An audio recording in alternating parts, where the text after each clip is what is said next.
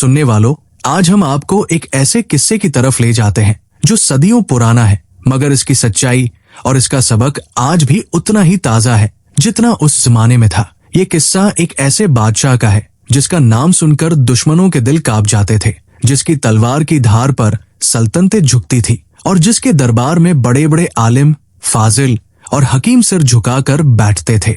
मगर इस बादशाह के दिल में 3 ऐसे सवाल थे, 3 ऐसी उलझनें थी जो उसे रातों को नींद नहीं लेने देती थी। और उन 3 सवालों का जवाब ढूंढने के लिए वो जो सफर निकला, वो सफर उसकी जिंदगी को हमेशा हमेशा के लिए बदल देने वाला था। तो ठहरिए, सांस लीजिए और कान लगाइए, क्योंकि ये किस्सा वो है जो आपका दिल बदल देगा, आपकी आंखें नम कर देगा और शायद आपको भी उन 3 सवालों के जवाब दे देगा जो आप भी कभी न कभी जिंदगी में पूछ चुके हैं। बात उस जमाने की है जब दुनिया में बड़ी बड़ी सल्तनतें हुआ करती थी, जब आसमान के नीचे बड़े बड़े महल हुआ करते थे और उन महलों में बड़े बड़े बादशाह, जब इंसान की जिंदगी तलवार की नोक पर टिकी होती थी और हर सुबह ये यकीन नहीं होता था कि शाम होगी भी या नहीं। उस जमाने में एक शहर था, एक बहुत बड़ा और बहुत खूबसूरत शहर। उस शहर का नाम था मदीनतुल अज़म, यानी बड़ाई का शहर।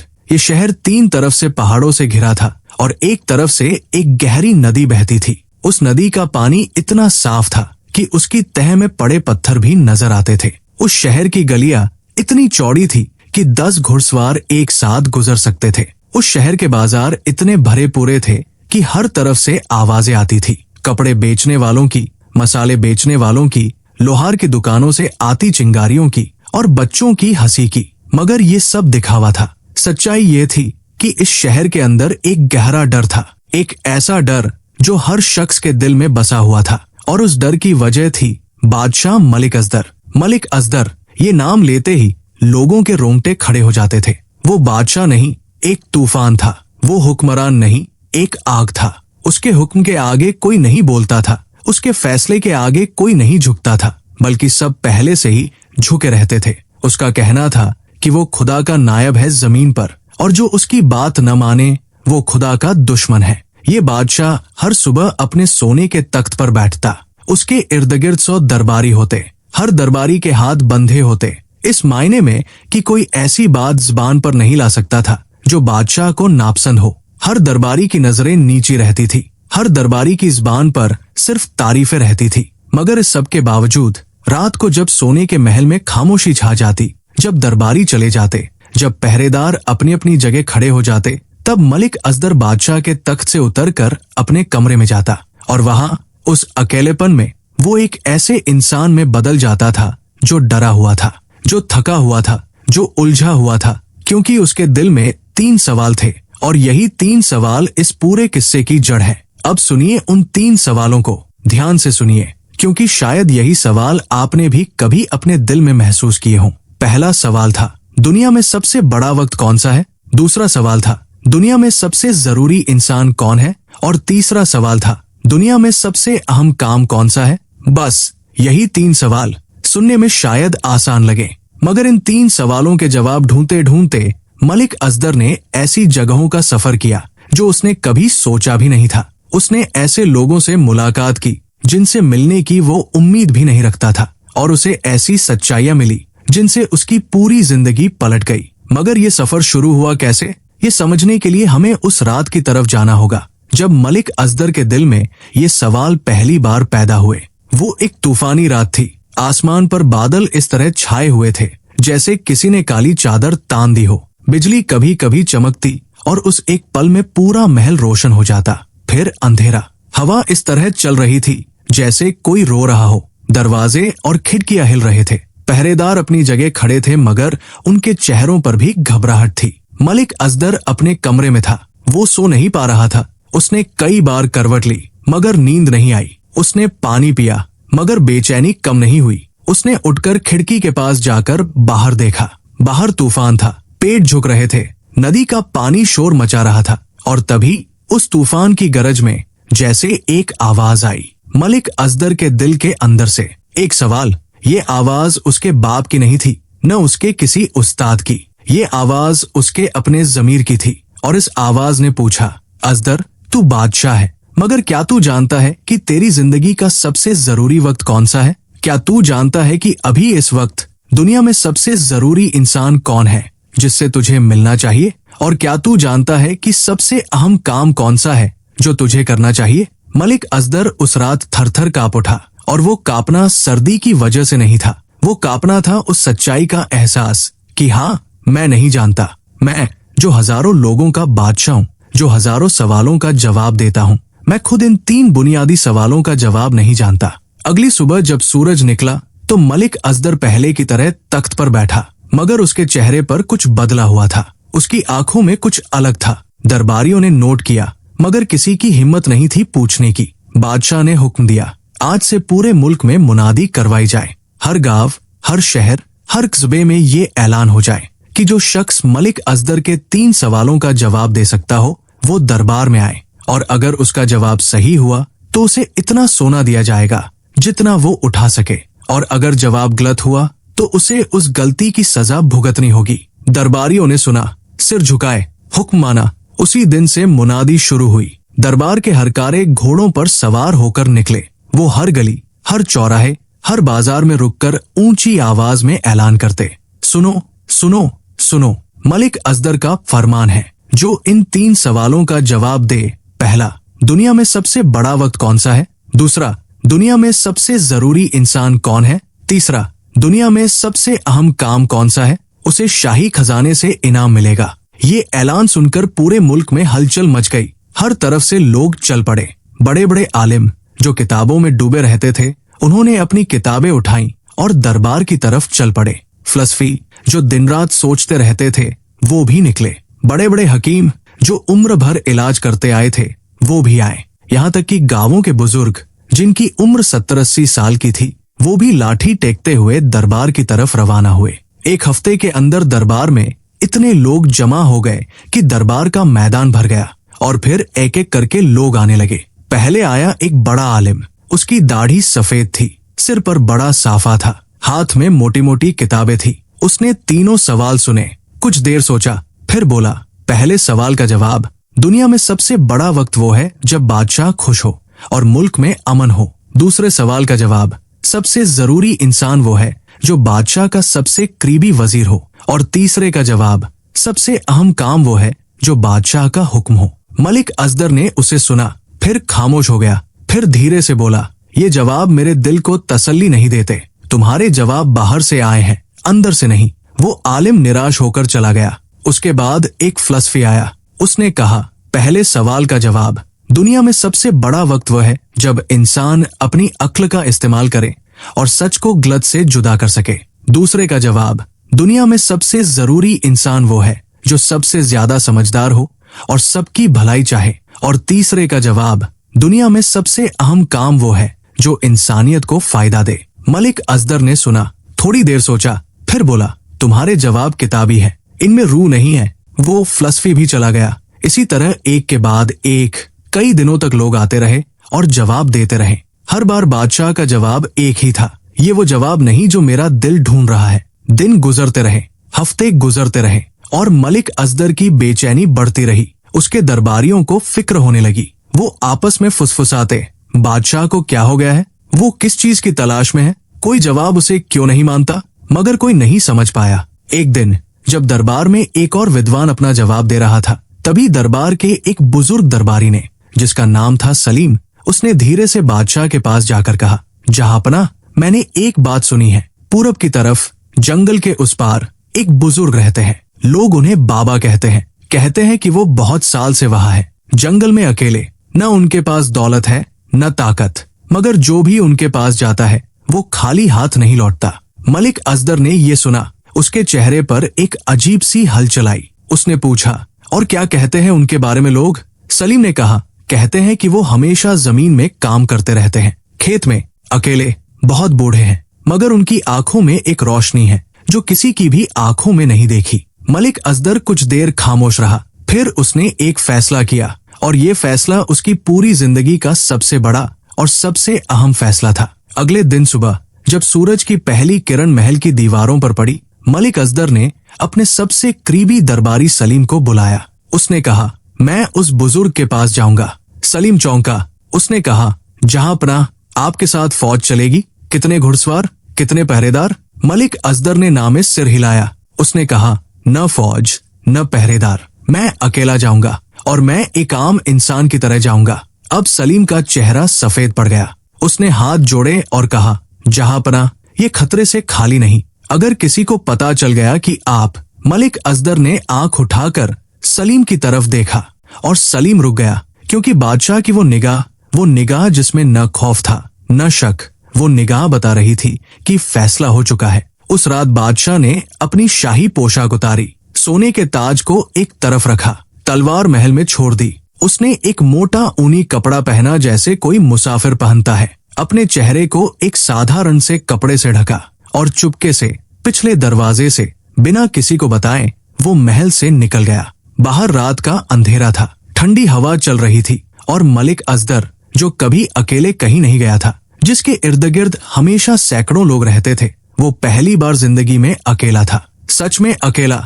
और उस अकेलेपन में उसे एक अजीब सी खुशी मिली, एक अजीब सी आजादी, जैसे बरसों से जो बोझ वो उठाए चल रहा था, वो बोझ एक पल के लिए हल्का हो गया हो। वो चलता रहा रात के अंधेरे में, पथरीले रास्ते पर, बिना रोशनी के। कभी कभी पैर फिसलता, कभी कभी कोई पत्थर ठोकर से टकराता, कभी कभी ऊंचे पेड़ों के बीच से हवा की आवाज आती और दिल में एक लहर सी उठती। मलिक असदर को ऐसे रास्ते की आदत नहीं थी। वो तो हमेशा घोड़े पर बैठकर चलता था, उसके लिए हमेशा रास्ते साफ किए जाते थे। मगर आज वो एक आम मुसाफिर की तरह चल रहा था और इस चलने में, इस थकान में पहली बार उसे एहसास हुआ कि उन लाखों लोगों की जिंदगी कैसी होती होगी जो हर रोज इसी तरह चलते हैं। सुबह होते होते वो जंगल के किनारे पहुंच गया। जंगल घना था, पेड़ इतने बड़े थे कि उनकी जड़ें जमीन के ऊपर भी नजर आती थी। पत्तियों के बीच से सूरज की किरणें टुकड़ों टुकड़ों में आती थी। कहीं कहीं पानी की आवाज आती थी, परिंदे बोल रहे थे। मलिक असदर आगे बढ़ता रहा और फिर जंगल के बीच में एक जगह पहुंचकर उसे दूर से एक बुजुर्ग नजर आए।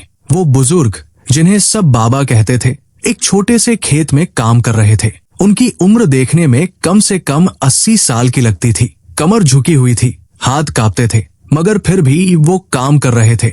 धीरे धीरे, रुक रुक कर जमीन खोद रहे थे। मलिक असदर उनके पास पहुंचा। उसने सलाम किया। बुजुर्ग ने सिर उठाकर देखा। उनकी आंखें, हाँ, सलीम ने सही कहा था, उनकी आंखों में एक ऐसी रोशनी थी जो बयान नहीं हो सकती। वो रोशनी जो लंबे इबादत से, लंबे सोचने से, लंबी समझ से आती है। बुजुर्ग ने देखा, मुस्कुराए और फिर बिना कुछ कहे वापस अपने काम में लग गए। मलिक असदर को ताज्जुब हुआ। वो एक बादशाह था, उससे मिलने पर लोग हाथ जोड़ते थे, झुकते थे, मगर इस बुजुर्ग ने न झुककर सलाम किया, न हाथ जोड़े, बस एक मुस्कुराहट दी। बादशाह को अजीब लगा, मगर उसने ध्यान दिया और ध्यान देते ही उसे एक बात नजर आई। बुजुर्ग बहुत थके हुए थे। खोदते खोदते उनकी सांस फूल जाती थी। वो रुकते, एक पल आराम करते, फिर चल देते। मलिक असदर के दिल में कुछ हिला। उसने बुजुर्ग से कहा, बाबा, क्या मैं आपकी मदद कर सकता हूँ? आप थके लग रहे हैं। बुजुर्ग ने सिर उठाया। एक पल के लिए उनकी आंखों में एक चमक आई। फिर उन्होंने कुदाल मलिक असदर को दे दी। मलिक असदर, जिसने कभी कोई काम खुद नहीं किया था, जिसके लिए हर काम नौकर करते थे, उसने आज पहली बार एक कुदाल उठाई और खोदने लगा। पहले कुछ मुश्किल लगा, उसके हाथ उस मेहनत के आदी नहीं थे, मगर धीरे धीरे वो काम में लग गया। बुजुर्ग पास में बैठकर उसे देखने लगे। दोपहर तक मलिक असदर खोदता रहा। बुजुर्ग कभी कभी उठकर थोड़ी मदद करते, फिर बैठ जाते। दोनों के बीच बातचीत नहीं थी, सिर्फ खामोशी थी, और उस खामोशी में एक अजीब सा सुकून था। शाम होते होते मलिक असदर बहुत थक गया। उसके हाथों पर छाले पड़ गए थे, उसकी पीठ दर्द कर रही थी, उसकी सांस फूल रही थी, मगर वो रुका नहीं, क्योंकि वो जानता था कि जवाब पाने के लिए पहले कुछ देना होता है, और आज वो देना सीख रहा था। जब सूरज डूबने लगा और दोनों काम से फारिग हुए, तो बुजुर्ग ने एक छोटी सी झोपड़ी में जाकर कुछ रोटियां और पानी लाया। दोनों बैठ गए। बुजुर्ग ने खाना शुरू करने से पहले बिस्मिल्लाह पढ़ी। मलिक असदर ने देखा और उसने भी बिस्मिल्लाह पढ़ी। दोनों चुपचाप खाते रहे। खाने के बाद बुजुर्ग ने पूछा, मुसाफिर, तू यहाँ क्यों आया? मलिक असदर ने एक पल रुककर कहा, मेरे दिल में 3 सवाल है और मैं सुना था कि तुम। मगर बुजुर्ग ने हाथ उठाया। उन्होंने कहा, रुको, पहले ये बताओ, जब तुम आए थे तो मैं क्या कर रहा था? मलिक असदर ने कहा, जमीन खोद रहे थे। बुजुर्ग ने कहा, हाँ, और तुमने क्या किया? मलिक असदर ने कहा, मैंने आपकी मदद की। बुजुर्ग ने कहा, अब मुझे बताओ, जब तुम खोद रहे थे तो क्या उस वक्त से ज्यादा जरूरी कोई और वक्त था? मलिक असदर खामोश हो गया। बुजुर्ग ने कहा, और जब तुम खोद रहे थे तो वहाँ सबसे जरूरी इंसान कौन था? मलिक असदर ने कहा, आप। बुजुर्ग ने धीरे से मुस्कुराते हुए कहा, वो इंसान जो सामने था और जो काम हो रहा था, जमीन खोदना, क्या वो जरूरी नहीं था? मलिक असदर की सांस रुक गई। उसे अचानक लगा जैसे किसी ने उसके दिल के अंदर एक खिड़की खोल दी हो और रोशनी आ गई हो, मगर अभी पूरा जवाब नहीं मिला था। बुजुर्ग ने कहा, सो जाओ, कल और बात करेंगे। उस रात मलिक असदर बुजुर्ग की झोपड़ी के बाहर खुले आसमान तले लेट गया। उसने ऊपर देखा, आसमान साफ था, तारे जगमगा रहे थे, हजारों लाखों तारे, इतने तारे कि उनकी रोशनी से रात भी उजली लगती थी। मलिक असदर ने जिंदगी में पहली बार इस तरह तारे देखे। अपने महल में वो तारे नहीं देख पाता था। महल में इतनी रोशनी होती थी, इतने जागते हुए लोग होते थे, इतना शोर होता था कि तारों को देखने की न फुर्सत थी न आदत। मगर आज पहली बार उसने उन तारों को देखा और अचानक उसकी आंखें नम हो गई। क्यों?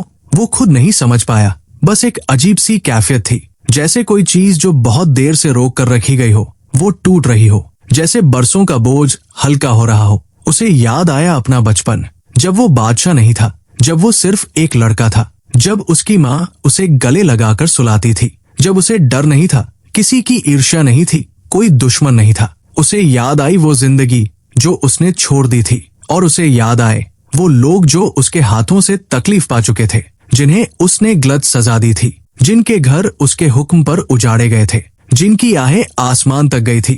और उन आहों का एहसास उस रात उसके दिल में उतर आया। मलिक असदर, जो बरसों से न रोया था, जो हमेशा सख्त रहा था, जो कभी कमजोरी नहीं दिखाता था, वो उस रात तारों के नीचे रोया, चुपचाप, आहिस्ता, मगर दिल की गहराइयों से। और ये रोना शर्मिंदगी का नहीं था, ये रोना जागने का था। सुबह जब नमाज का वक्त हुआ तो बुजुर्ग उठे और उन्होंने वुजू किया। मलिक असदर ने देखा, उसे याद आया कि बरसों से वो नमाज से दूर हो गया था। बादशाही की व्यस्तता में, दरबार की भागदौड़ में नमाज कब पीछे रह गई उसे पता ही नहीं चला। मगर आज उस जंगल में उस बुजुर्ग को देखते हुए उसके दिल में एक खिंचाव हुआ। उसने भी वुजू किया और पहली बार कई सालों के बाद उसने ठीक से नमाज पढ़ी। उस नमाज में, सजदे में जब उसका माथा जमीन पर लगा तो उसके दिल ने कहा, या अल्लाह, मैं बहुत दूर चला गया था, मुझे वापस ला। और उस एक जुमले में, उस एक सजदे में कुछ था जो 1000 दरबारों में नहीं था। नमाज के बाद बुजुर्ग और मलिक असदर दोनों बैठे थे। बुजुर्ग ने पूछा, आज कैसा महसूस कर रहे हो? मलिक असदर ने कहा, हल्का। बुजुर्ग मुस्कुराए, बोले, जब इंसान खुदा के सामने झुकता है तो हल्का ही होता है। दोनों चुप हो गए। थोड़ी देर बाद मलिक असदर ने कहा, बाबा, कल आपने मुझे कुछ समझाने की कोशिश की, मगर मैं पूरी तरह नहीं समझ पाया। बुजुर्ग ने कहा, मैं जानता हूँ, अभी वक्त नहीं आया था, मगर आज शायद आएगा। और फिर एक ऐसी घटना हुई जिसने इस किस्से को एक नया मोड़ दिया। दोपहर की बात है, मलिक असदर और बुजुर्ग खेत में काम कर रहे थे। अचानक जंगल से एक आवाज आई, करहाने की आवाज। दोनों रुके। बुजुर्ग ने कहा, सुना? मलिक असदर ने कहा, हाँ। दोनों जंगल की तरफ बढ़े। कुछ दूर जाने के बाद उन्हें एक आदमी मिला। वो आदमी जमीन पर पड़ा था। उसके पेट में एक गहरा जख्म था, कपड़े खून से भरे थे, चेहरा पीला था, सांस मुश्किल से आ जा रही थी। मलिक असदर ने उसे देखा और उसके दिल में एक अजीब सी बात हुई। उसने उस आदमी को पहले कभी नहीं देखा था। वो न उसका दोस्त था, न उसका नौकर, मगर उसे उस आदमी की तकलीफ देखकर जो दर्द हुआ, वो दर्द सच्चा था। बुजुर्ग ने मलिक असदर की तरफ देखा और कहा, यही वक्त है, यही इंसान है, यही काम है। मलिक असदर समझ गया। दोनों मिलकर उस घायल आदमी को झोपड़ी में ले आए। बुजुर्ग ने जंगल से कुछ जड़ी बूटियां लाई। मलिक असदर ने उसके जख्म साफ किए। बुजुर्ग ने दवाई लगाई। मलिक असदर ने पानी पिलाया। काम घंटों चला और उस पूरे वक्त में मलिक असदर ने कुछ और नहीं सोचा, न अपनी बादशाही, न अपने दरबार, न अपने सवाल, बस उस एक काम में लगा रहा। रात तक वो आदमी थोड़ा बेहतर हो गया। उसकी सांस ठीक हो गई, जख्म बंद हो गया। वो आदमी आंखें खोलकर मलिक असदर की तरफ देखने लगा और फिर वो आदमी रोने लगा। वो बोल नहीं पा रहा था, बस उसकी आंखों से आंसू बह रहे थे। मलिक असदर ने उसका हाथ थामा। उस एक लम्हे में बादशाह और उस अजनबी के बीच एक ऐसा रिश्ता बना जो किसी भी कानून में नहीं लिखा था, एक ऐसा रिश्ता जो इंसानियत का था। बुजुर्ग पास में बैठे ये सब देख रहे थे। उन्होंने कहा, मुसाफिर, अब समझ में आया? मलिक असदर ने सिर उठाया। बुजुर्ग ने कहा, सबसे बड़ा वक्त कौन सा होता है? वो वक्त जो अभी है, जो सामने है, जो हाथ में है, क्योंकि खुदा ने तुम्हें इसी वक्त में सांस दी है, इसी वक्त में जिंदगी दी है। बीत चुका वक्त नहीं लौटता, आने वाला वक्त यकीनी नहीं, बस यही लम्हा तुम्हारा है। मलिक असदर ने सुना। बुजुर्ग ने आगे कहा, और सबसे जरूरी इंसान कौन होता है? वो जो अभी तुम्हारे सामने है, जो अभी तुम्हारी मदद मांग रहा है, जो अभी तुम्हारे सामने खड़ा है, उसे पीछे मत छोड़ो। मलिक असदर की आंखें नम हो गई। बुजुर्ग ने आखिरी बात कही, और सबसे अहम काम कौन सा है? वो काम जो उस इंसान के लिए भलाई का हो, जो उस वक्त में अच्छाई लाए। बस यही है जवाब। मलिक असदर खामोश हो गया। उसकी आंखों से आंसू बह रहे थे। अगले दिन जब वो घायल आदमी थोड़ा ठीक हुआ तो उसने बात की। उसने कहा, मेरा नाम रुस्तम है, मैं इसी मुल्क का रहने वाला हूँ। मुझे डाकुओं ने लूटा और मार कर जंगल में फेंक दिया। मलिक असदर ने सुना। रुस्तम ने आगे कहा, मगर सुनने वाले, मैं तुम्हें एक और बात बताना चाहता हूँ। मैं जानता हूँ तुम कौन हो। मलिक असदर चौंका। रुस्तम ने कहा, मेरे बाप ने मुझे बताया था, तुम्हारी जवानी में मलिक असदर के हाथों हमारे खानदान पर जुल्म हुआ था, हमारी जमीन छीन ली गई थी, मेरे बाप को बेगार में काम करवाया गया था, और मैंने अपनी पूरी जिंदगी उस नफरत को साथ लेकर जिया। ये सुनकर मलिक असदर का दिल डूब गया। रुस्तम ने आगे कहा, मगर आज जब तुमने मुझे जमीन से उठाया, जब तुमने मेरे जख्म धोए, जब तुमने मुझे पानी पिलाया, तो उस लम्हे में मैंने महसूस किया कि वो नफरत, वो पुरानी नफरत पिघल रही है। दोनों के बीच एक लंबी खामोशी थी। फिर मलिक असदर ने कहा, रुस्तम, मैंने जो गलतियां की उनका बोझ मैं उठाता हूँ, मैं माफी मांगता हूँ। रुस्तम की आंखें भर आई। उसने कहा, और मैं माफ करता हूँ। उस जंगल में, उस छोटी सी झोपड़ी में उस दिन दो दिलों के बीच एक पुरानी दीवार गिर गई। बुजुर्ग पास में बैठे थे। उनकी आंखों में वो रोशनी और तेज हो गई। कई दिन गुजर गए। रुस्तम धीरे धीरे ठीक होता रहा। मलिक असदर और बुजुर्ग उसकी देखभाल करते रहे। उन दिनों में मलिक असदर ने बहुत कुछ सीखा। उसने सीखा कि एक बीज बोते वक्त जमीन किस तरह मांगती है। उसने सीखा कि पत्तों से दवाई कैसे बनती है। उसने सीखा कि सुबह की नमाज कितनी ताजगी देती है। उसने सीखा कि रोटी खुद पकाना और खाना कितना सुकून देता है। और इन सीखने की सीढ़ियों पर चढ़ते हुए उसे धीरे धीरे समझ आई वो जिंदगी जो उसके आम लोग जीते थे। एक रात बुजुर्ग ने कहा, तुम्हें वापस जाना चाहिए। मलिक असदर ने कहा, अभी? बुजुर्ग ने कहा, हाँ, जो सीखना था वो तुमने सीख लिया है, मगर सीखना और करना दो अलग अलग चीजें हैं। अब जाओ और करो। मलिक असदर ने कहा, बाबा, मैं डरता हूँ। मुझे डर है कि वापस जाने के बाद मैं भूल जाऊंगा। बुजुर्ग हंसे, मगर वो हंसी ऐसी थी जैसे किसी ने दिल के अंदर एक मीठी धुन बजाई हो। उन्होंने कहा, ये डर अच्छा है। जो डरता नहीं वो सीखता भी नहीं। मगर ये याद रखो, जो तुमने इन दिनों में जिया है वो तुम्हारे अंदर है, इसे कोई नहीं छीन सकता। मलिक असदर चुप रहा। बुजुर्ग ने आगे कहा, और एक काम करना, जब तुम वापस जाओ और अपने दरबार में बैठो तो उन 3 जवाबों को एक पल के लिए आंखें बंद करके याद करना, बस एक पल, और फिर देखना हर मुश्किल का हल मिल जाएगा। मलिक असदर ने बुजुर्ग के हाथ थामे। उसकी आंखों से आंसू बह रहे थे। उसने कहा, बाबा, आप कौन हैं? सच में? बुजुर्ग ने मुस्कुराते हुए कहा, एक बंदा, बस एक बंदा। रुस्तम भी अब ठीक था। वापसी के दिन सुबह जब मलिक असदर निकलने लगा तो रुस्तम ने उसे रोका। उसने कहा, सुनो, मैं तुम्हारे साथ चलूंगा। मलिक असदर ने हैरानी से पूछा, क्यों?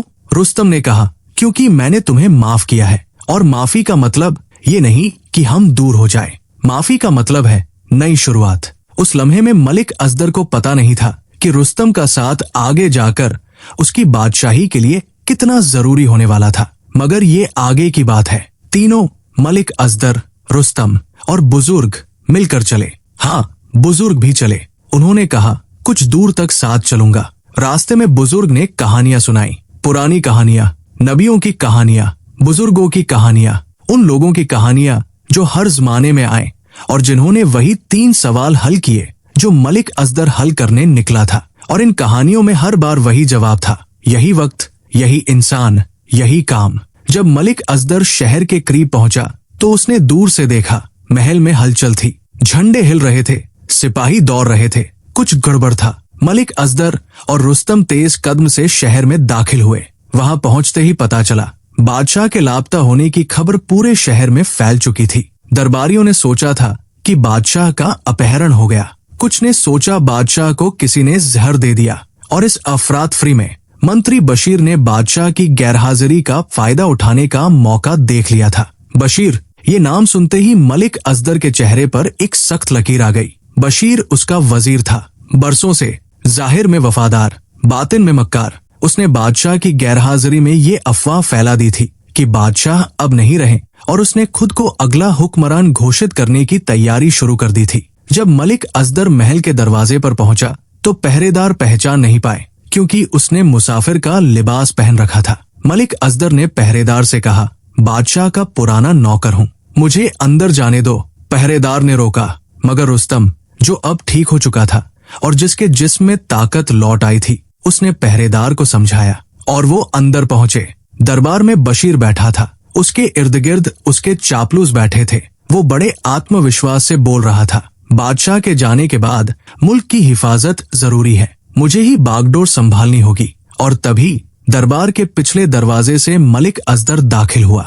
कमरे में खामोशी छा गई। बशीर का चेहरा सफेद पड़ गया। ये वो लम्हा था जहां पुराना मलिक असगर होता तो वो गुस्से में आता, तलवार उठाता, बशीर का सिर काटने का हुक्म देता।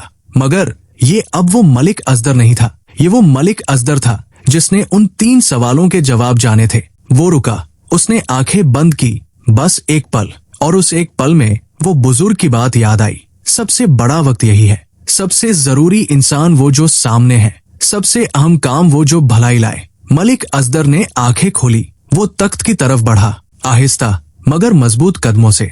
दरबारी एक एक करके उसके सामने झुकते जा रहे थे। वो तख्त पर बैठा, बशीर की तरफ देखा, और फिर कुछ ऐसा हुआ जिसकी उम्मीद किसी को नहीं थी। मलिक असगर ने बशीर की तरफ देखा। बशीर के चेहरे पर डर था, उसका जिस्म कांप रहा था। वो जानता था उसने जो किया था उसकी सजा क्या हो सकती है, मगर मलिक असगर ने जो किया वो हैरान कर देने वाला था। उसने बशीर से कहा, तुम्हारी जगह मेरे दरबार में बनी रहेगी। पूरा दरबार सांस रोककर बैठ गया। बशीर को खुद यकीन नहीं हुआ। मलिक असगर ने कहा, मगर एक शर्त है, आज से तुम मेरे मुल्क के उन गरीब इलाकों में काम करोगे जहां लोग भूखे हैं। तुम उनके लिए काम करोगे, तुम उनकी मदद करोगे, और जब तुम उनकी तकलीफें जानोगे तब शायद तुम्हें समझ आए कि बादशाही क्या होती है। बशीर थर-थर कांप रहा था, मगर मलिक असगर की बात खत्म नहीं हुई थी। उसने आगे कहा, और मैं तुम्हें बताता हूँ कि ये मैं तुम पर रहम कर रहा हूँ, इसलिए नहीं कि तुम इसके लायक हो, बल्कि इसलिए कि अल्लाह ने हमें माफ करने और माफी करने की ताकत दी है, और उस ताकत का इस्तेमाल सबसे बड़ा काम है। दरबार में खामोशी थी, और उस खामोशी में एक बात थी जो हर कोई महसूस कर रहा था, ये बादशाह बदल गया है। उसी दिन से मलिक असगर का दरबार बदल गया। उसने अपने दरबार में एक नया कानून बनाया। हर फैसले से पहले 3 सवाल पूछे जाएंगे। ये वक्त क्या चाहता है, सामने खड़ा इंसान क्या चाहता है, और इस वक्त सबसे अहम काम क्या है। दरबारी हैरान थे, मगर धीरे धीरे जब उन्होंने देखा कि इन 3 सवालों से कितने सही फैसले निकल रहे हैं तो उन्होंने भी मानना शुरू किया। रुस्तम दरबार में रहने लगा। उसे मलिक असगर ने एक अहम काम सौंपा, गरीब और मजलूम लोगों की आवाज दरबार तक पहुंचाना। रुस्तम के लिए ये काम आसान था, क्योंकि वो उन लोगों में से था। वो उनकी भाषा जानता था, वो उनका दर्द समझता था, और इस तरह एक घायल इंसान जो जंगल में मरने वाला था वो मुल्क का आवाज बनने वाला था। 1 महीने बाद की बात है। मलिक असगर दरबार में बैठा था जब उसके सामने एक बूढ़ी औरत आई। उसका नाम था जुलेखा। वो कांपते कदमों से आई। उसके कपड़े पुराने थे, उसका चेहरा झुर्रियों से भरा था, उसकी आंखें थकी हुई थी, मगर उसकी पीठ सीधी थी। उसने दरबार में आकर कहा, जहांपनाह, मैं आपके पास एक फरियाद लेकर आई हूँ। मलिक असगर ने कहा, बोलो। जुलेखा ने कहा, मेरा बेटा 7 साल से कैद में है। उस पर इल्जाम था चोरी का, मगर उसने चोरी नहीं की थी। मेरे पास गवाह थे, मगर उन गवाहों को कभी सुना नहीं गया। मेरे पास सबूत थे, मगर वो सबूत दबा दिए गए। मैं 7 साल से दरवाजे दरवाजे भटक रही हूँ। मलिक असगर ने उसे गौर से सुना। फिर उसने रुस्तम को देखा। रुस्तम ने इशारे से कहा, ये मामला सच लगता है। मलिक असगर ने तुरंत हुक्म दिया, उस मामले की फाइल आई जाए। दरबार के काजी चौंके। ये काम तो महीनों का था, मगर बादशाह ने उसी दिन का वक्त दिया। क्यों? क्योंकि यही वक्त था, यही इंसान थी और यही काम था। वो फाइल मंगवाई गई। जब मलिक असदर ने देखा तो पता चला सच में उस लड़के के साथ नाइंसाफी हुई थी। पुराने काजी ने, जो बशीर का करीबी था, उसे गलत सजा दी थी। उसी शाम उस लड़के को आजाद किया गया। उस लड़के का नाम था यूसुफ। जब यूसुफ कैद से बाहर आया तो उसकी माँ जुलेखा ने उसे इस तरह गले लगाया जैसे मरने के बाद जिंदगी मिली हो। उस दृश्य को देखकर पूरा दरबार खामोश हो गया। कई दरबारियों की आंखें नम हो गई। मलिक असदर की आंखों में भी आंसू थे, मगर उन आंसुओं में खुशी थी। जुलेखा ने मलिक असदर की तरफ मुड़कर कहा, खुदा तुम्हें जजा दे, तुमने आज मेरी जिंदगी वापस की। मलिक असदर ने कहा, जुलेखा माँ, तुमने आज मुझे उस तीसरे सवाल का जवाब और गहरा कर दिया। जुलेखा ने पूछा, कैसे? मलिक असदर ने कहा, सबसे अहम काम वो है जो किसी मजलूम की तकलीफ दूर करे। कई महीने बीत गए। बशीर उन गरीब इलाकों में था जहां मलिक असदर ने उसे भेजा था। वहां उसने देखा एक माँ जो रात भर जाग जाग कर अपने बच्चे को सुलाती है क्योंकि घर में चादर नहीं है। एक बाप जो दिन भर काम करके शाम को खाली हाथ लौटता है। एक बच्चा जो रोटी के लिए रोता है। ये सब देखकर बशीर, जो पूरी उम्र दरबार की साजिशों में लगा रहा था, वो पहली बार रोया। और एक दिन वो वापस दरबार आया। मलिक असदर के सामने खड़ा हुआ। उसकी आंखें लाल थी, उसके चेहरे पर शर्म थी। उसने कहा, जहांपनाह, मैं वापस आया हूँ, न इसलिए कि मुझे यहाँ की दौलत चाहिए, बल्कि इसलिए कि मुझे जो दिखा वो देखने के बाद मैं चुप नहीं रह सकता। मलिक असदर ने कहा, बताओ। बशीर ने कहा, उन गरीब इलाकों में लोगों को पानी नहीं मिलता, जमीन बंजर है, बच्चे बीमार हैं, औरतें दिन रात मेहनत करती हैं, और हम यहाँ दरबार में बैठकर बड़ी बड़ी बातें करते थे, मगर उन लोगों की तरफ कभी नहीं गए। मलिक असदर ने गहरी सांस ली। फिर उसने कहा, अब तुम जानते हो कि सबसे अहम काम क्या है? बशीर ने कहा, हाँ। मलिक असदर ने कहा, तो उसे करो। उसी दिन से बशीर ने एक नया काम शुरू किया। उन गरीब इलाकों में कुएं खुदवाए, जमीन आबाद की, स्कूल बनवाए, बच्चों के लिए खाने का इंतजाम किया। और वो बशीर जो कभी साजिशों का उस्ताद था, वो बशीर धीरे धीरे उन गरीबों का मसीहा बन गया। मगर कहानी यहाँ खत्म नहीं होती। कहानियां कभी इतनी आसानी से खत्म नहीं होती, क्योंकि जब कोई इंसान सच की राह पर चलना शुरू करता है तो उसकी परीक्षा और भी मुश्किल होती जाती है।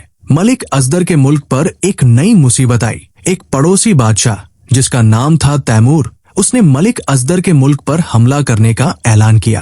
तैमूर बहुत ताकतवर था। उसके पास 1 लाख से ज्यादा फौज थी। उसके पास बड़े बड़े हथियार थे। उसकी ताकत के आगे कई मुल्क झुक चुके थे।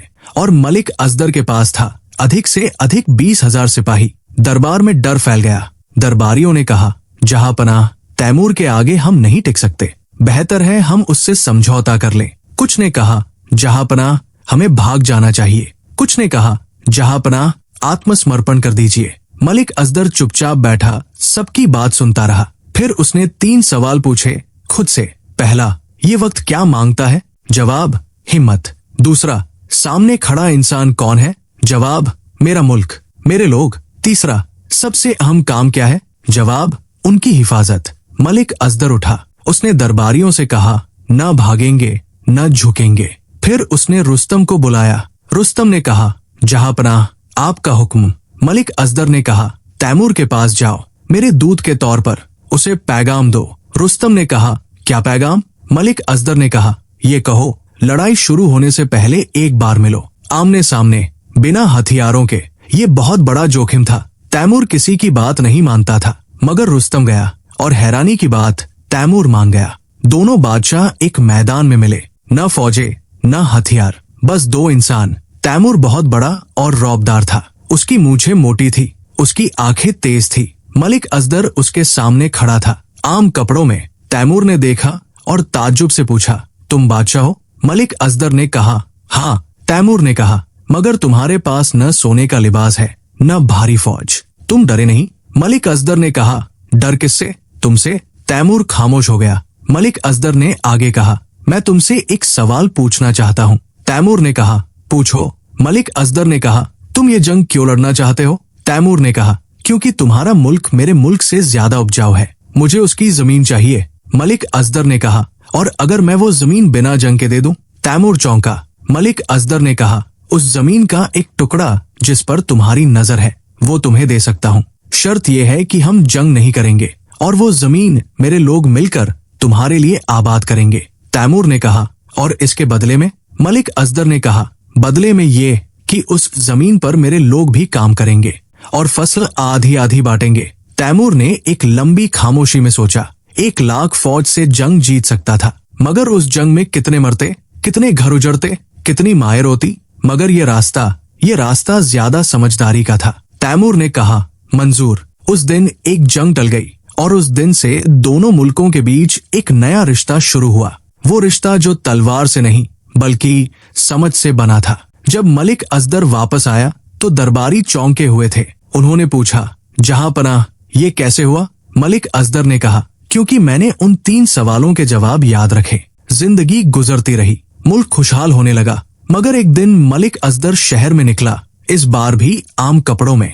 वो जानना चाहता था कि उसके शहर के लोग कैसे हैं। वो गलियों में चलता रहा। एक जगह एक छोटा बच्चा बैठा था। उसकी उम्र होगी कोई 7-8 साल। वो कुछ लिख रहा था जमीन पर उंगली से।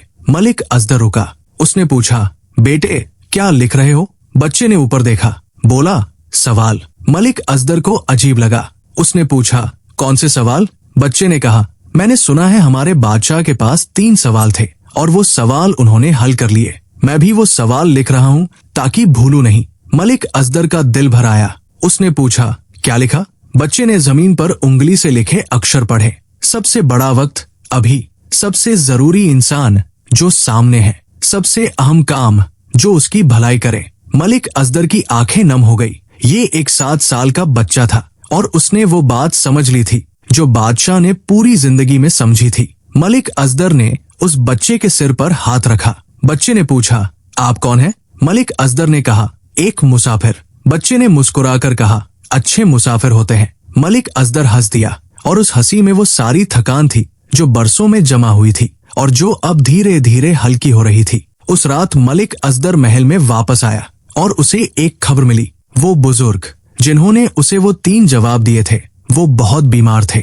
मलिक असदर बिना एक पल गवाए उस जंगल की तरफ निकल गया। रुस्तम भी साथ था। वो बुजुर्ग की झोपड़ी में पहुंचे।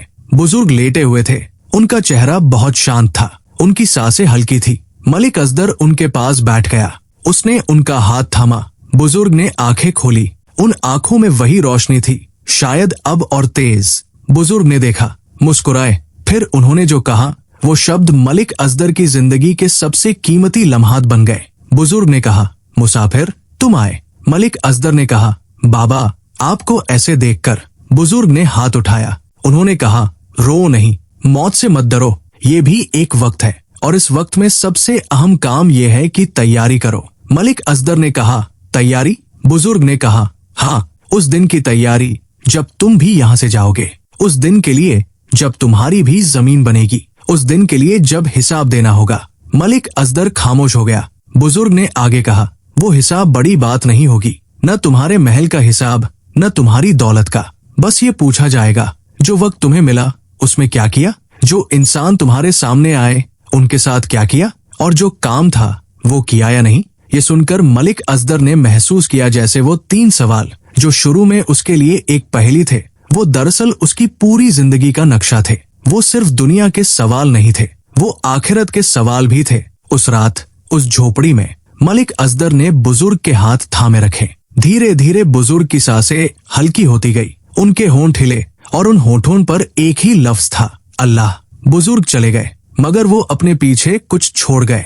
वो 3 जवाब जो आज भी उतने ही सच्चे हैं जितने उस रात थे। बुजुर्ग के जाने के बाद मलिक असदर कुछ दिन खामोश रहा। वो सोचता रहा और उस सोचने के दौरान उसे एक बात याद आई, एक पुरानी भूल, एक ऐसी भूल जो उसने बरसों पहले की थी और जिसे वो भूला नहीं था। जब वो जवान था और अभी बादशाह बना था तो उसने एक बार गुस्से में एक बुजुर्ग आलिम को दरबार से निकाल दिया था। उस आलिम का नाम था शेख कासिम। शेख कासिम ने एक बार मलिक असदर के गलत फैसले पर एतराज किया था और तब का मलिक असदर, वो घमंडी बादशाह, वो ये बर्दाश्त नहीं कर सका था। उसने शेख को दरबार से निकाल दिया था। शेख कासिम कहाँ गए थे कोई नहीं जानता था, मगर अब मलिक असदर जानना चाहता था। उसने रुस्तम को भेजा। रुस्तम तलाश करने गया। कई हफ्ते बाद रुस्तम एक खबर लेकर लौटा। उसने बताया, शेख कासिम एक छोटे से गांव में है, एक मस्जिद में पढ़ाते हैं बच्चों को बिना किसी तनख्वाह के। और जब मैंने उन्हें बताया कि बादशाह ने उन्हें याद किया है तो उन्होंने कहा। मलिक असदर ने पूछा, क्या कहा? रुस्तम ने कहा, उन्होंने कहा, बादशाह को मेरी जरूरत नहीं, मगर अगर बादशाह को वाकई माफी मांगनी है तो खुद आए। मलिक असदर उठा। उसने अपनी पोशाक बदली, आम कपड़े पहने और उस गांव की तरफ निकल गया। अकेला वो गांव पहुंचा, मस्जिद ढूंढी। शेख कासिम वहां थे। उम्र में बहुत बढ़ गए थे, दाढ़ी और भी सफेद हो गई थी, मगर उनकी आंखों में वही बुजुर्ग वाली रोशनी थी। मलिक असदर उनके सामने खड़ा हुआ और फिर उसने जो किया वो उसकी पूरी जिंदगी का सबसे मुश्किल और सबसे जरूरी काम था। वो झुका, एक बादशाह झुका, एक उस शख्स के सामने जिसे उसने गलत तरीके से निकाला था। शेख कासिम ने उसे उठाया। उनकी आंखों में आंसू थे। दोनों ने एक दूसरे को गले लगाया और उस एक लम्हे में दोनों के बीच जो दूरी थी वो खत्म हो गई। सिर्फ माफी से, सिर्फ झुकने से शेख कासिम मलिक असदर के साथ वापस आए। उन्हें दरबार में वो मकाम दिया गया जो उन्हें कभी मिलना चाहिए था और उनकी बुद्धि और इल्म से मलिक असदर के फैसले और भी बेहतर होने लगे। याद है यूसुफ, वो जो 7 साल बाद कैद से आजाद हुआ था, वो अब मलिक असदर के दरबार में था। और वो यूसुफ जो 7 साल की कैद में टूट गया था, जिसने अंधेरे कमरे में खुदा से लड़ाई भी की थी, जो बाहर आकर पागल सा हो गया था, वो यूसुफ धीरे धीरे ठीक होने लगा, क्योंकि उसे उसकी माँ मिली, क्योंकि उसे इंसाफ मिला, क्योंकि उसे महसूस हुआ दुनिया में खुदा है और वो देखता है। यूसुफ ने मलिक असदर से एक दिन कहा, जहां पनाह, मैं कुछ करना चाहता हूँ। मलिक असदर ने पूछा, क्या? यूसुफ ने कहा, उन लोगों के लिए जो अभी भी कैद में हैं, जिन पर झूठे इल्जाम हैं, जिन्हें इंसाफ नहीं मिला, मैं उनकी फाइलें देखना चाहता हूँ, उनके लिए लड़ना चाहता हूँ। मलिक असदर ने उसकी तरफ देखा। उसकी आंखों में वो दर्द था जो सिर्फ भुक्तभोगी की आंखों में होता है, और उस दर्द में एक ताकत थी। मलिक असदर ने कहा, यूसुफ, ये काम तुम ही कर सकते हो। यूसुफ ने काम शुरू किया। उसने एक एक फाइल खोली, उसने एक एक कैदी की कहानी पढ़ी और उनमें से जो बेगुनाह थे उन्हें उसने आजाद करवाने की कोशिश की। ये काम आसान नहीं था। पुराने काजी थे, पुराने दरबारी थे, पुराना निजाम था, मगर यूसुफ ने हार नहीं मानी और मलिक असदर उसकी पीठ पर था। एक दिन यूसुफ ने एक ऐसी फाइल खोली जो उसे हिला देने वाली थी। उस फाइल में एक बुजुर्ग आदमी का नाम था। उसका नाम था जलाल। जलाल 20 साल से कैद में था। इल्जाम था कि उसने बादशाह के खजाने से सोना चुराया था, मगर जब यूसुफ ने उस मामले की गहराई में जाकर देखा तो सच्चाई कुछ और निकली। जलाल एक साधारण आदमी था। उसका एक छोटा सा घर था, एक बीवी थी, 3 बच्चे थे। वो बादशाह के खजाने में हिसाब किताब रखने का काम करता था। एक दिन उसने देखा खजाने से सोना गायब हो रहा है, मगर ये सोना वो नहीं चुरा रहा था, ये चोरी हो रही थी एक बड़े दरबारी की तरफ से। जलाल ने शिकायत करने की कोशिश की, मगर उससे पहले ही उस बड़े दरबारी ने, उस वक्त के बशीर ने, जलाल पर ही चोरी का इल्जाम लगा दिया और जलाल को कैद में डाल दिया गया। 20 साल जलाल अंधेरे कमरे में रहा। उसकी बीवी रोज दरवाजे दरवाजे भटकती रही, मगर सुनवाई नहीं हुई। उसके बच्चे बड़े हुए बाप के बिना, और जलाल, वो आदमी जिसने बस एक सच्ची बात कहने की कोशिश की थी, वो उस अंधेरे में बूढ़ा हो गया। यूसुफ ने ये कहानी पढ़ी और उसकी आंखों से आंसू बह गए। वो मलिक असदर के पास गया। उसने कहा, जहां पनाह, एक आदमी 20 साल से कैद में है और वो बेगुनाह है। मलिक असदर का दिल डूब गया। उसने कहा, उसे आज आजाद करो। जब जलाल कैद से बाहर आया तो उसे सूरज की रोशनी देखने की आदत नहीं थी। वो कदमक दम पर लड़खड़ाता था। उसकी आंखें रोशनी से चौंधिया गई थी। उसके बाल सफेद हो गए थे। उसका जिस्म झुक गया था। मगर जब उसने अपने बेटे को देखा जो 20 साल में जवान हो गया था, तो वो रोया और उसका बेटा रोया, और उस रोने में 20 साल का दर्द था। मलिक असदर ने जलाल को बुलाया। उसने माफी मांगी। जलाल ने कहा, जहां पनाह, आपने ये नहीं किया था, मगर आपकी बादशाही में हुआ। ये काफी है कि आपने आज सुना। मलिक असदर ने कहा, ये काफी नहीं है। मैं तुम्हें वो वक्त वापस नहीं दे सकता, मगर जो बाकी है वो खुशहाल करने की कोशिश करूंगा। जलाल को नया घर दिया गया, उसके बच्चों को काम दिया गया, और वो बड़ा दरबारी जिसकी वजह से ये सब हुआ था, उसे उसकी सजा मिली। वक्त गुजरता रहा। मलिक असदर का मुल्क खुशहाल होता रहा। लोग कहने लगे, ये बादशाह पहले जैसा नहीं रहा, ये बदल गया है। और वो सच था। मगर एक दिन, एक ऐसा दिन आया जिसने मलिक असदर को उसकी पूरी जिंदगी का सबसे बड़ा सबक दिया। उस दिन मलिक असदर दरबार में बैठा था। तभी एक आदमी आया। उसका नाम था हारून। हारून एक पड़ोसी मुल्क का था। उसके मुल्क में खत पड़ा था। बारिश नहीं हुई थी, फसलें नष्ट हो गई थी, लोग भूख से मर रहे थे। हारून आया था मदद मांगने, मगर हारून खाली हाथ नहीं आया था। उसके साथ एक कीमती हार था, एक पुरानी तलवार थी, कुछ सोने के सिक्के थे। यही उसके पास था। वो सब बेचकर लाया था। उसने मलिक असदर के सामने रखते हुए कहा, ये मेरे पास जो कुछ था वो लाया हूँ, बस मेरे मुल्क के लोगों के लिए अनाज दे दो। मलिक असदर ने उसे देखा, फिर उसने उस सामान की तरफ देखा। दरबार में खामोशी थी। कुछ दरबारी सोच रहे थे, अच्छा सौदा है, सोना मिलेगा। मगर मलिक असदर ने 3 सवाल पूछे खुद से, इस वक्त में क्या जरूरी है? ये इंसान, इसका दर्द, और सबसे अहम काम उसकी मदद करना। मलिक असदर ने कहा, ये सब वापस ले जाओ। हारून का चेहरा उतर गया। उसने सोचा, इनकार है। मगर मलिक असदर ने आगे कहा, अनाज हम भेजेंगे बिना किसी कीमत के। ये सामान तुम्हें अपने लोगों के लिए चाहिए। हारून की आंखें भर आई। वो कुछ बोल नहीं पाया। मलिक असदर ने कहा, और सुनो, बारिश के लिए दुआ करो, और जब बारिश आए और फसल हो तो उस फसल का एक हिस्सा उन लोगों को दो जो तुमसे भी गरीब हो। हारून ने सिर झुकाया। उसकी आंखों से आंसू बह रहे थे। वो गया और कुछ महीनों बाद उसके मुल्क में बारिश हुई और हारून ने जैसा कहा गया था उस फसल का एक हिस्सा अपने पड़ोसी गरीबों को दिया। ये बात फैल गई और इस बात से मलिक असदर की वो साख बनी जो किसी फौजी जीत से नहीं बन सकती थी। लोग कहने लगे, ये बादशाह सिर्फ बादशाह नहीं, ये एक इंसान है। सालों बाद एक दिन रुस्तम ने मलिक असदर को बुलाया। रुस्तम अब बूढ़ा हो गया था। उसके बाल सफेद हो गए थे, उसकी कमर झुक गई थी, मगर उसकी आंखें अभी भी वैसी थी, तेज और साफ। रुस्तम ने कहा, जहां पनाह, मैं आपको एक राज बताना चाहता हूँ। मलिक असदर ने कहा, बोलो। रुस्तम ने कहा, वो दिन जब आपने मुझे जंगल में घायल पाया था, वो हादसा इत्तेफाक नहीं था। मलिक असदर ने हैरानी से पूछा, क्या मतलब?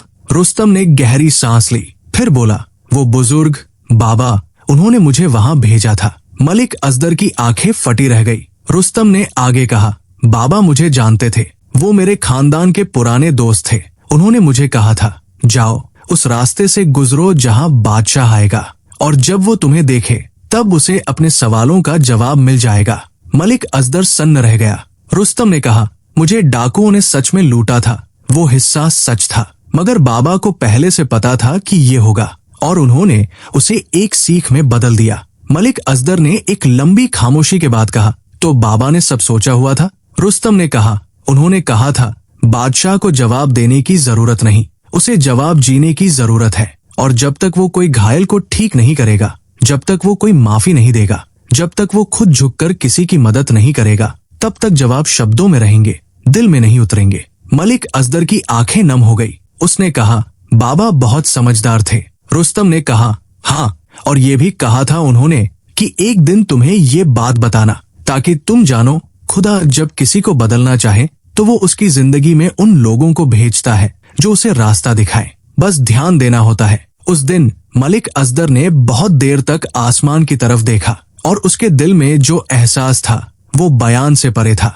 बशीर, उस बशीर का क्या हुआ जो दरबारी था, जो साजिश करता था, जो बादशाह की गैरहाजिरी में तख्त हथियाना चाहता था? वो बदल गया था, मगर बदलाव का सफर आसान नहीं था। उन गरीब गांवों में काम करते हुए बशीर को कई बार ऐसे लम्हे आए जब वो टूटने वाला था। एक बार उसने एक बच्चे को बुखार में तड़पते देखा। बच्चे की माँ रो रही थी, दवाई के लिए पैसे नहीं थे। बशीर के पास उस वक्त थोड़े पैसे थे अपने खर्च के लिए। उसने वो सब दे दिए। बच्चा ठीक हो गया, और उस रात पहली बार बरसों में बशीर चैन से सोया। उसी रात उसने समझा वो 3 जवाब क्या थे। वही वक्त, वही इंसान, वही काम। बशीर के बाद के सालों में ऐसे कई लम्हे आए। धीरे धीरे वो जो आदमी था, साजिशी, मक्कार, खुदगर्ज, वो पिघलने लगा, और उसकी जगह एक और आदमी बना जो गरीबों की खिदमत में लगा था, जो बच्चों को पढ़ाता था, जो बुजुर्गों की मदद करता था। वो बशीर कभी कभी रात को रोता था अपने पुराने गुनाहों के लिए, और उस रोने में, उस तौबे में एक सफाई थी जो किसी गुसल से नहीं आती। एक दिन बशीर मलिक असदर के दरबार आया। उसने कहा, जहांपनाह, मेरे पास अब कुछ नहीं है, न दौलत, न ताकत, न मकाम। मलिक असदर ने कहा, और? बशीर ने कहा, मगर मेरे पास सुकून है। पहली बार जिंदगी में दोनों की आंखें नम हो गई। जुलेखा, वो बूढ़ी माँ जो अपने बेटे यूसुफ को आजाद करवाने आई थी, वो अब बहुत बूढ़ी हो गई थी, मगर हर जुमे को वो मस्जिद में जाती और हर जुमे की नमाज के बाद वो एक ही दुआ मांगती, या अल्लाह, उस बादशाह को जो उसका हक है वो दे, जिसने मेरे बेटे को इंसाफ दिलाया, उसे नेक रख, उसे सलामत रख। और कहते हैं उन दुआओं का असर था, क्योंकि मलिक असदर का मुल्क आगे भी आबाद रहा। एक दिन दरबार में एक नौजवान आया। उसका नाम था इमरान। वो पड़ोसी मुल्क से आया था। उसने मलिक असदर से कहा, जहांपनाह, मैंने सुना है आपके पास 3 सवालों के जवाब है, वो जवाब जो किसी और के पास नहीं। मलिक असदर ने कहा, क्या सुना तुमने? इमरान ने कहा, ये कि सबसे बड़ा वक्त अभी है, सबसे जरूरी इंसान वो जो सामने है, और सबसे अहम काम वो जो उसकी भलाई करे। मलिक असदर ने कहा, हाँ, यही जवाब है। इमरान ने कहा, मगर ये तो बहुत आसान लगता है, इतने साल क्यों लगे ये जानने में? मलिक असदर हंसा। वो हंसी गहरी थी। उसने कहा, बेटे, जानना आसान है, जीना मुश्किल है। इमरान ने कहा, मतलब? मलिक असदर ने कहा, बहुत लोग जानते हैं कि माँ बाप की इज्जत करनी चाहिए, मगर क्या वो करते हैं? बहुत लोग जानते हैं कि गरीब की मदद करनी चाहिए, मगर क्या वो करते हैं? बहुत लोग जानते हैं कि माफ करना चाहिए, मगर क्या वो करते हैं? जब तक जानना और करना एक नहीं हो जाता, तब तक जवाब सिर्फ जुबान पर है, दिल में नहीं। इमरान खामोश हो गया। मलिक असदर ने कहा, और ये मैं तुम्हें इसलिए बता सकता हूँ क्योंकि मैंने ये खुद जिया है। मैं भी सालों तक जानता रहा, मगर करता नहीं था, जब तक उस बुजुर्ग ने मुझे वो पल नहीं जिलाया। वो पल जब मैंने एक घायल को उठाया, एक माफी मांगी, एक मजलूम के लिए लड़ा, तब तक जवाब मेरे पास नहीं थे। इमरान वापस गया और उसने वो बात अपने मुल्क में फैलाई, और वो 3 जवाब धीरे धीरे कई मुल्कों में फैलते गए। सालों बाद मलिक असदर अब बूढ़ा हो गया था। उसके बाल सफेद थे, उसकी कमर झुक गई थी, उसके हाथ कांपते थे, मगर उसकी आंखें उन बुजुर्ग की तरह अभी भी रोशन थी। एक दिन उसने दरबार में सबको बुलाया। सब आए, रुस्तम, बशीर, यूसुफ, शेख कासिम और वो सारे लोग जो उसकी जिंदगी में आए थे। मलिक असदर ने तख्त पर बैठकर सबको देखा। फिर उसने कहा, मैंने बहुत लंबा सफर किया है, इस सफर में बहुत कुछ सीखा, बहुत कुछ गवाया, बहुत कुछ पाया। सबने ध्यान से सुना। मलिक असदर ने कहा, मगर जो सबसे कीमती बात मैंने सीखी वो ये है, जिंदगी 3 सवालों में समाई है। वो रुका, फिर धीरे धीरे बोला, पहला, अभी इस लम्हे में क्या कर रहे हो, क्योंकि यही वक्त है जो तुम्हारा है। दूसरा, अभी इस लम्हे में सामने कौन है, क्योंकि वही इंसान सबसे जरूरी है। तीसरा, अभी इस लम्हे में उसके लिए क्या कर सकते हो, क्योंकि वही काम सबसे अहम है। दरबार में खामोशी थी, एक गहरी खामोशी जिसमें हर कोई कुछ सुन रहा था, शायद अपना ज़मीर। मलिक असदर ने आगे कहा, मैं जल्द ही जाने वाला हूँ, मगर ये जाना मुझे डराता नहीं, क्योंकि मैं जानता हूँ उस दिन भी यही 3 सवाल होंगे, और मैं उम्मीद करता हूँ कि उस दिन मेरे जवाब ठीक होंगे। उसी रात मलिक असदर को एक ख्वाब आया। उस ख्वाब में वो बुजुर्ग थे, वो मुस्कुरा रहे थे। उन्होंने कहा, शाबाश मुसाफिर। सुनने वालों, अब हम इस किस्से से निकलकर उन गहरी बातों की तरफ आते हैं जो ये किस्सा हमें देता है, क्योंकि ये किस्सा सिर्फ एक बादशाह की कहानी नहीं है। ये किस्सा हर उस इंसान की कहानी है जो कभी न कभी उन 3 सवालों से गुजरा है। पहली बात, वक्त की कद्र। अल्लाह ने हर इंसान को एक उम्र दी है, एक गिनी चुनी सांसें दी है, और वो सांसें लम्हों में बंटी है। जो लम्हा गुजर गया वो लौटेगा नहीं, जो लम्हा आने वाला है वो यकीनी नहीं। बस यही लम्हा है जो तुम्हारे हाथ में है, और इसी लम्हे में तुम चुन सकते हो, नेकी या बुराई, मदद या नजरअंदाजी, माफी या नफरत। बड़े बड़े नेक काम वो नहीं होते जो किसी खास दिन किए जाए। बड़े बड़े नेक काम वो होते हैं जो इसी लम्हे में, इसी अभी में बिना टाले किए जाए। दूसरी बात, सामने वाला इंसान। हम जिंदगी में बड़े बड़े सपने देखते हैं, हम दुनिया बदलने की बात करते हैं, मगर दुनिया बदलती नहीं उन बड़ी बड़ी बातों से। दुनिया बदलती है एक एक इंसान से। वो बच्चा जो तुम्हारे पास खड़ा है और रो रहा है, वो उस वक्त पूरी दुनिया है। वो माँ जो थकी हुई है और उसे एक मदद की जरूरत है, वो उस वक्त पूरी दुनिया है। वो दोस्त जो टूटा हुआ है और एक सुनने वाले की जरूरत है, वो उस वक्त पूरी दुनिया है। जब हम सामने वाले इंसान को देखना सीख लेते हैं, तब हम असली इंसान बन जाते हैं। तीसरी बात, भलाई का काम। दुनिया में बहुत काम है, मगर सबसे बड़ा काम जो इस किस्से में बार बार आया वो ये है कि जो इंसान सामने है उसकी भलाई करो, चाहे वो छोटी सी बात ही क्यों न हो। एक मुस्कुराहट भी भलाई है, एक दुआ भी भलाई है, एक सच्ची बात भी भलाई है, एक आंसू पोंछना भी भलाई है। और ये भलाई, ये छोटी छोटी भलाइयाँ, यही वो सीढ़ियाँ हैं जो इंसान को उस जगह तक ले जाती है जहाँ खुदा की रहमत है। सुनने वालों, ये किस्सा सुनाते सुनाते हम एक और बात सोच रहे हैं। वो बुजुर्ग जो उस जंगल में थे, वो दरअसल कौन थे? क्या वो सिर्फ एक अजनबी थे, या वो उस बादशाह की जिंदगी में खुदा की तरफ से भेजे गए थे?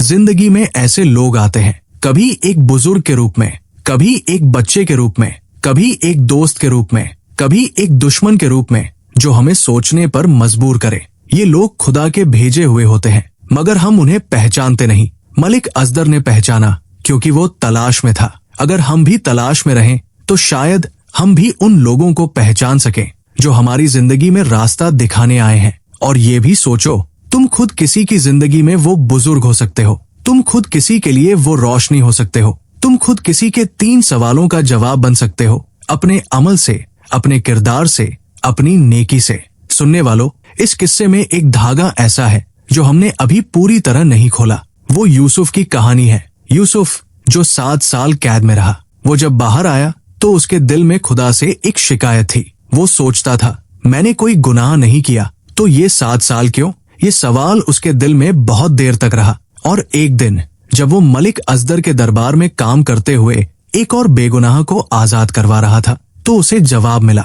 उसने सोचा, अगर मैं उन 7 सालों में न गया होता तो मुझे इन लोगों का दर्द नहीं समझ आता। अगर मैं उस अंधेरे में न रहा होता तो मैं उनकी आवाज नहीं बन सकता था। और उस एक ख्याल से उसके दिल की वो गांठ जो 7 साल से बंधी थी, वो खुल गई। यूसुफ अपनी माँ के पास गया। जुलेखा बहुत बूढ़ी हो गई थी। यूसुफ ने उनके पाँव छुए। जुलेखा ने उसे गले लगाया और यूसुफ ने कहा, माँ, मैं समझ गया। जुलेखा ने पूछा, क्या? यूसुफ ने कहा कि खुदा की मंशा हमेशा समझ नहीं आती, मगर उसकी मंशा में भलाई होती है। जुलेखा की आंखें भर आई। उन्होंने कहा, बेटे, यही वो बात है जो मैं 7 साल से खुद को समझाती रही। उस रात माँ और बेटे ने साथ बैठकर दुआ की, और उस दुआ में वो गुजरे 7 साल, वो तकलीफ, वो अंधेरा, वो लंबी रातें, सब कुछ अल्लाह के सामने पेश कर दिया। और उस पेशकश के बाद जो सुकून मिला, वो किसी ने अल्फाज में नहीं बयां किया। तैमूर, वो बादशाह जो 1 लाख फौज लेकर आया था, वो जिसने बिना जंग के समझौता किया था, उसके साथ क्या हुआ? वो वापस गया, मगर वापस जाकर उसके दिल में कुछ था जो वो भूल नहीं पाया। वो मलिक असदर की वो अदा, वो तरीका जिसमें न डर था, न घमंड, बस एक इत्मीनान था।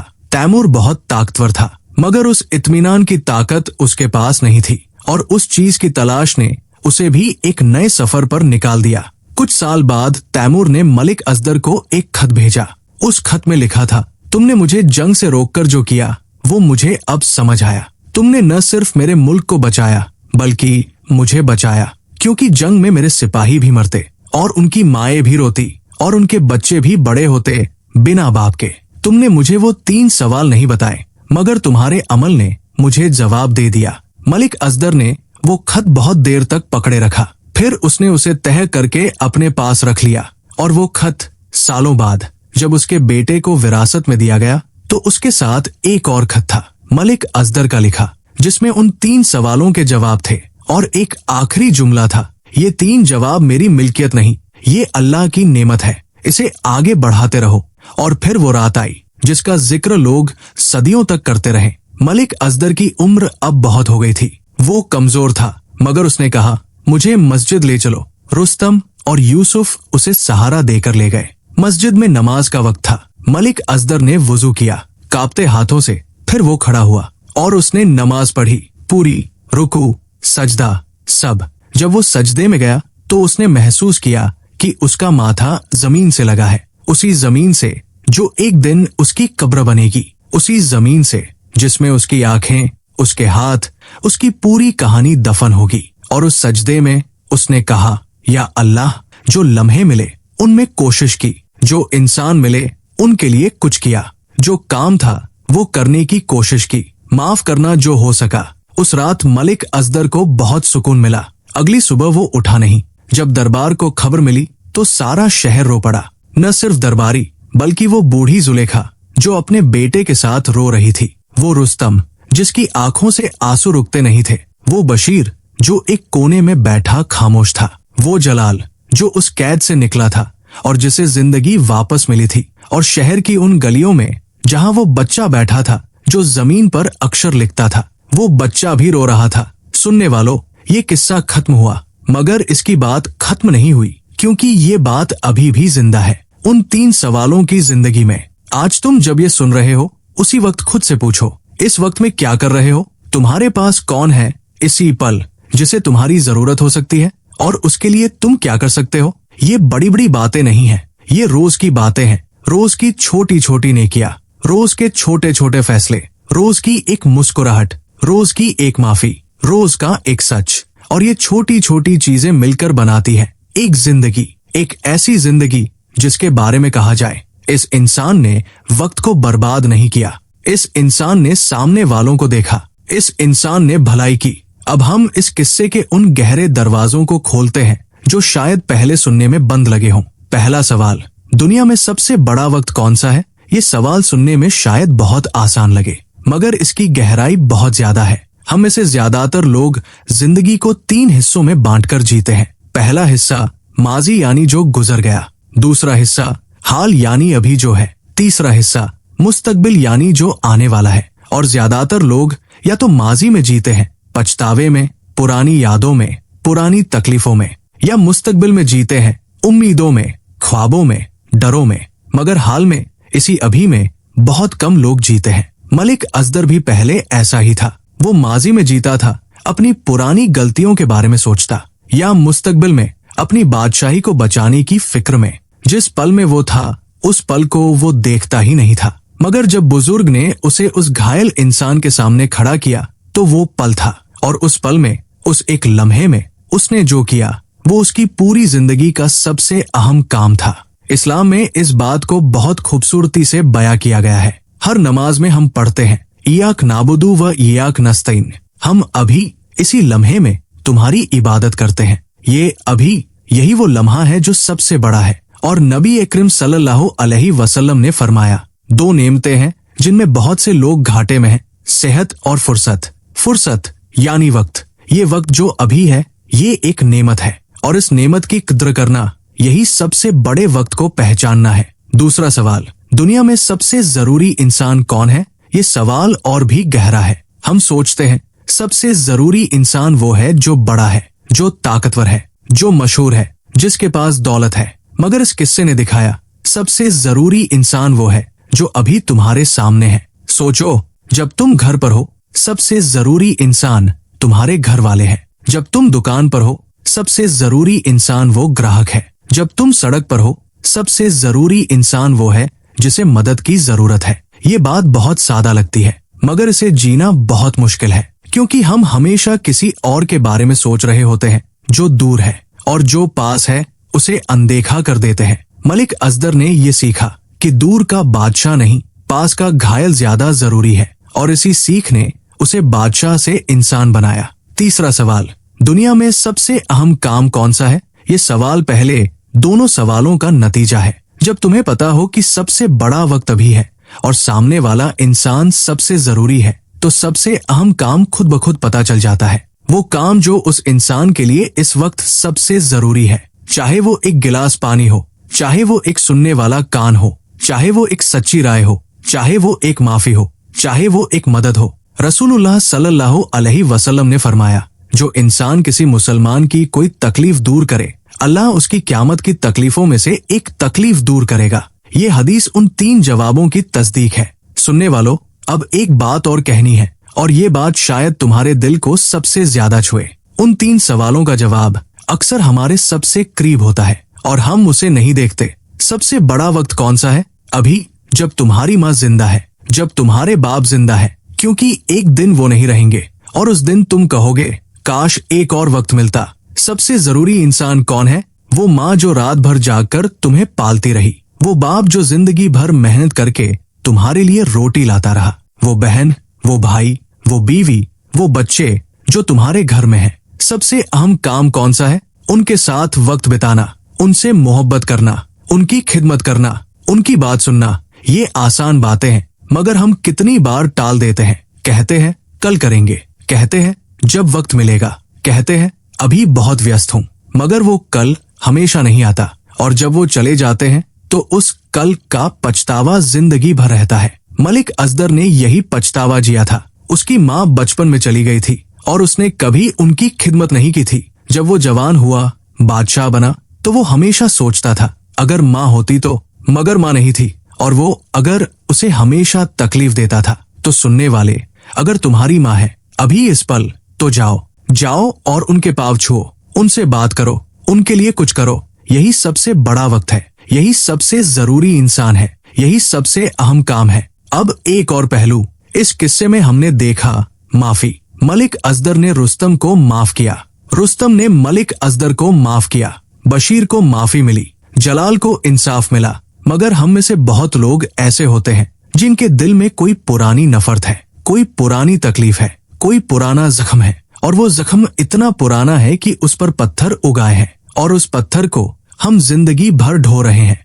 माफ करना ये कमजोरी नहीं है, माफ करना ये सबसे बड़ी ताकत है, क्योंकि माफ करने से वो जख्म ठीक होता है जो तुम्हारे अपने दिल में है। रुस्तम ने जब माफ किया तो उसकी वो नफरत जो 20 साल पुरानी थी, वो रात भर में पिघल गई, और उस पिघलने के बाद वो इंसान बना जो मुल्क की आवाज बन सका। माफ करने से तुम वो नहीं बनते जो दूसरे ने किया उसे सही ठहरा रहे हो। माफ करने से तुम बनते हो आजाद, उस बोझ से आजाद, उस नफरत से आजाद, उस पुरानी तकलीफ से आजाद। और यही वो जवाब है जो उन 3 सवालों में छुपा है। सबसे अहम काम क्या है? कभी कभी वो माफ करना है। सुनने वालों, इस किस्से में एक और बड़ी बात है, बशीर की बात। बशीर जो साजिशी था, मक्कार था, खुदगर्ज था, मगर उसने तौबा की, और उसकी तौबा एक लफ्जी माफी नहीं थी, वो एक अमलदार तौबा थी। उसने अपना रहन सहन बदला, उसने काम बदला, उसने दोस्त बदले, उसने सोच बदली। और यही असली तौबा है, सिर्फ कहना नहीं माफ कर दो, बल्कि करना, बदल जाना। खुदा का दरवाजा हमेशा खुला है। रसूलुल्लाह सल्लल्लाहु अलैहि वसल्लम ने फरमाया, खुदा तौबा करने वाले को उससे ज्यादा खुश होकर कबूल करता है जितना वो शख्स खुश होता है जिसे रेगिस्तान में अपनी खोई हुई ऊँटनी मिल जाए। ये खुशी, ये कबूलियत, ये इंतजार खुदा की तरफ से हमेशा मौजूद है। बस इंसान को वो पहला कदम उठाना होता है। बशीर ने उठाया और उसे जवाब मिला, तो तुम भी उठाओ,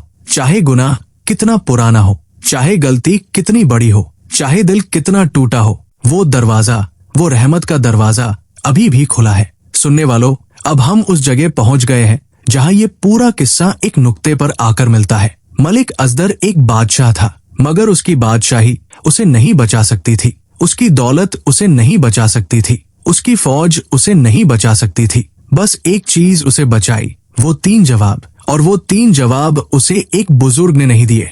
उस बुजुर्ग ने बस उसे वो जगह दिखाई जहां जवाब थे। जवाब तो उसी के अंदर थे, हर इंसान के अंदर है। हम सब जानते हैं कि वक्त जाया नहीं करना चाहिए, कि लोगों की मदद करनी चाहिए, कि नेकी करनी चाहिए, मगर जानना और करना में फर्क होता है। और वो फर्क मिटता है जब हम एक कदम उठाते हैं, बस एक कदम, एक छोटा सा कदम। मलिक असदर ने वो कदम उठाया जब उसने महल से निकलकर उस जंगल का रास्ता चुना। बशीर ने वो कदम उठाया जब उसने उन गरीब गांवों में जाना कबूल किया। रुस्तम ने वो कदम उठाया जब उसने माफी दी। यूसुफ ने वो कदम उठाया जब उसने अपना दर्द दूसरों की खिदमत में लगाया। और तुम्हारा वो कदम क्या है? इस किस्से के आखिर में हम एक और रात की तरफ जाते हैं। वो रात जब मलिक असदर के जाने के कई साल बाद उस मुल्क में एक नया मुसाफिर आया। उसका नाम था कमाल। कमाल एक नौजवान था, टूटा हुआ, थका हुआ, हारा हुआ। उसने जिंदगी में बहुत तकलीफें देखी थी। वो उस शहर में आया था, शायद किसी से मिलने, शायद कोई काम था, शायद बस भटकते भटकते आ गया था।